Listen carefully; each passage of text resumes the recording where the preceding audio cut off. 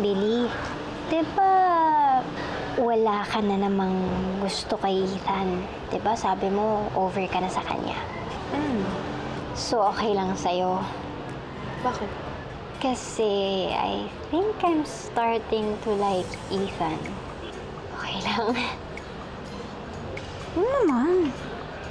Mariko, kung meron mang lalaking perfect para sa'yo, si Ethan yun. Talaga?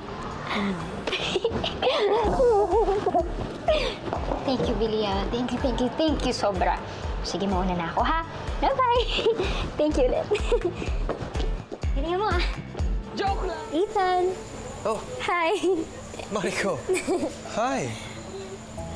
What are you doing here?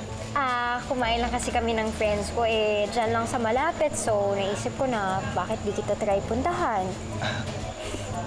Tsaka, nga pala, Ethan, gusto ko mag-thank you dun sa pag-refer mo sa akin sa kaibigan mong tiga-Japanese Embassy. Alam mo, dahil doon, feeling ko, mahanap ko na talaga yung dad ko. Thank you talaga. No problem. No, nothing at all. Sino po siya? Sino sila? Mga kaibigan ko. Kilala kita? Oo, sige, dali. Kids, I'd like you to meet Ate Mariko.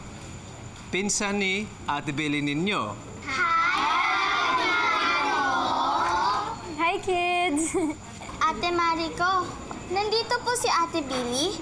Nasaan po siya? Wala siya today. Pero sasabihin ko sa kanya na dumalaw siya dito next time. O sige na, kain na kayo. Alam mo, hindi ko alam na nagaganito ka pala. Yeah. Alam mo, Billy spends so much time with him. Naging super close siya sa mga bata.